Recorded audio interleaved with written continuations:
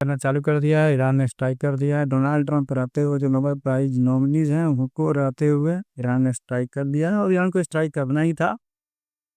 और आइए समझते हैं जो इसका बैकग्राउंड। सबसे पहली बात है कि B2 बम्बर्स जो थे वो USA के, उन्होंने जाकर ईरान में जो न्यूक्लियर साइट था उसको हिट किया था और ईरान ने उसको बोला था कि मैं जवाब दूंगा। करने का काम लेना ही था। ईरान ने वो दंड जवाब दिया और ईरान ही इनके बारे में बोलना आता है इनके मार्क की तेज अभी अपने पक्को जिप मुक्ति दे रहा है। तब ईरान ने इसने बड़ा कदम पाया। ईरान लगभग 5 से ज़्यादा कंट्रीज में जो अमेरिका का जो देश है, ये देश है, उसको हिट किया है।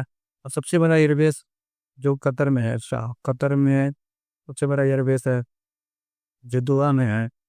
लगभग 10,000 से ज़्यादा जो अमेरिकी सैनिक वहाँ पर रहते हैं और उसको हिट किया है। और लगभग 10 से 15 ज़्यादा जो मिसाइल उसको इंटरसेप्ट किया है, जो दोहा की क्या बोल सकते डिफेंस सिस्टम उसको इंटरसेप्ट किया है।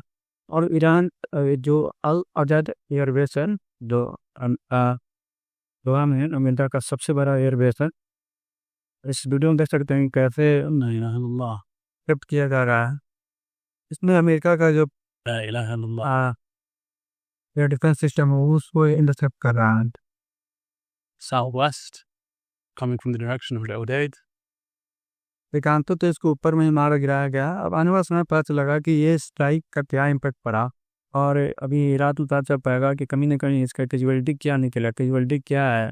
और ये अभी पता नहीं चल पा रहा है कितनी कैजुअलिटी हुई है, क्या मतलब इसका ये जो रेंज एविडेंस जो भी सारी थी क्या सारी लैंड किया नहीं किया है या ना सुना सा चलता है। क्योंकि अभी तो सब तक अगर आसान तक आपको वीडियो को अपडेट वीडियो के माध्यम से मैं बताऊंगा जब तक कितने की बर्थडे हुआ है क्या हुआ है अभी तो कुछ पता नहीं चल पाया। क्योंकि अभी ये लैंड कर ही रहा है और साइड वो अटैक कर रहा है ईरान।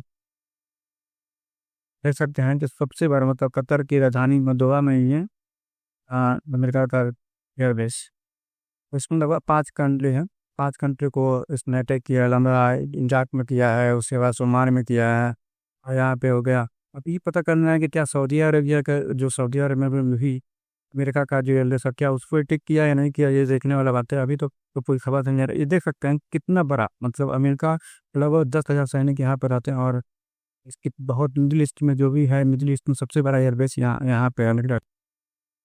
अब इसका समझते हैं कि अगर समझिए इस बात को कि अगर और ईरान का एक भी मिसाइल अमेरिका के एयरबेस पे हिट कर जाता है या आने वाले समय में ये घोषित हो जाता है कि अमेरिका के कुछ सैनिक मरे हैं, तो अमेरिका ये पता है पक्का अमेरिका ईरान को बर्बाद करने की क्षमता रखता है। क्योंकि ईरान का जो मतलब आप देख सकते हैं इस मैप में ईरान की जो मिलिट्री बेस है वो हर एक क्षेत्र में फैली हुई है।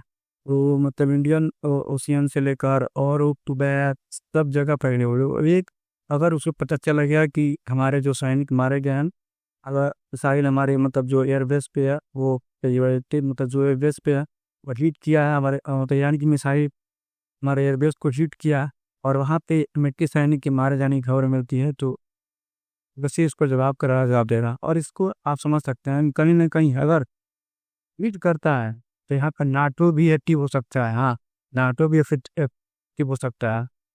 अगर क्योंकि नाटो में आर्टिकल 5 ये कहता है कि अगर किसी कंट्री पर जो नाटो मेंबर से अगर किसी कंट्री पर अटैक होता है तो सब कंट्री पर अटैक माना जाएगा।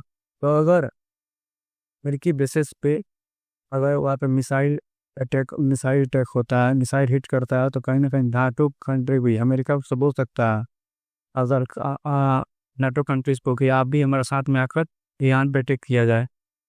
और ये समझ सकते हैं कि कितना बड़ा इसका मिलिट्री बेस है USA का। यूएसए तेरे दम पर अमेरिका को ईरान को बर्बाद करने की क्षमता रखता है। यहाँ पर ऑब्जेक्ट देख सकते हैं कि इस मैप में कि लगभग जो मिलिट्री सैनिक अब जो मिलिट्री है वो किस देश में कितनी कितनी इसका सैनिक है। अमेरिका सैनिक लगभग 10,000 कुवैत में है, यूएई में 5,000 है, कतर में 10,000 है और टोटल मतलब मिडिल ईस्ट कंट्री में लगभग 51,400 अमेरिकी सैनिक यहाँ पे भी हैं मिडिल ईस्ट में। इससे बहुत ज़्यादा इम्पेक्ट पड़ेगा और देखना ये भी है कि क्या मतलब इसका आ, जवाब देता है अमेरिका। और कहीं ना कहीं नाटो कहीं ना कहीं एक वर्ल्ड वार एक्चुअली की तरफ भी कहीं ना कहीं बढ़ रहा है। इस फिर रसिया भी इंटरेस्ट ले रहा है। कहीं रसिया और जो जान के क्या बोलते हैं उनके फॉरेन मिनिस्टर हैं उनसे बातचीत हुई है। रसिया ने कहा है कि हम आपको हेल्प करेंगे, जो भी हमसे हेल्प हो सकता है आपकी हेल्प करने की कोशिश करेंगे। नेक्स्ट आने वाले समय में पता चल पाएगा कि डोनाल्ड ट्रंप इसके लिए क्या करते हैं, उनका कदम क्या रहेगा।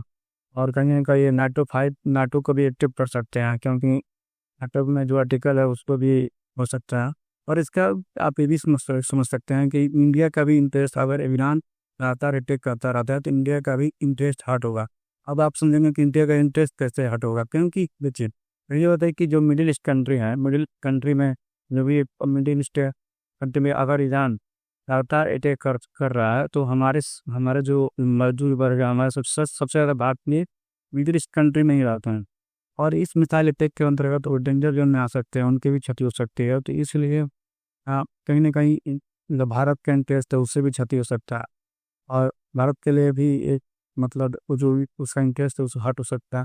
आने समय पता चल पाएगा कि अगर तब तक पता चल पाएगा कि कैजुअलिटी कितनी हुई है और कितनी लेवल तक ये हिट कर पाया है, और क्या अमेरिकी सैनिक है, क्या ये पर उनकी मृत्यु हुई है, कितनी कैजुअलिटी हुई है, और क्या इसका इम्पैक्ट पड़ा है। और अमेरिका इसको क्या जवाब देगा, एक आज अभी तो ये भी चल रहा है ना, अभी जो मिसाइल अटैक तो हो ही रहा है। अभी कल तक पता चल पाएगा, कल सुबह तक की क्या हो रहा है और डोनाल्ड ट्रंप इस पर क्या बोल रहे हैं।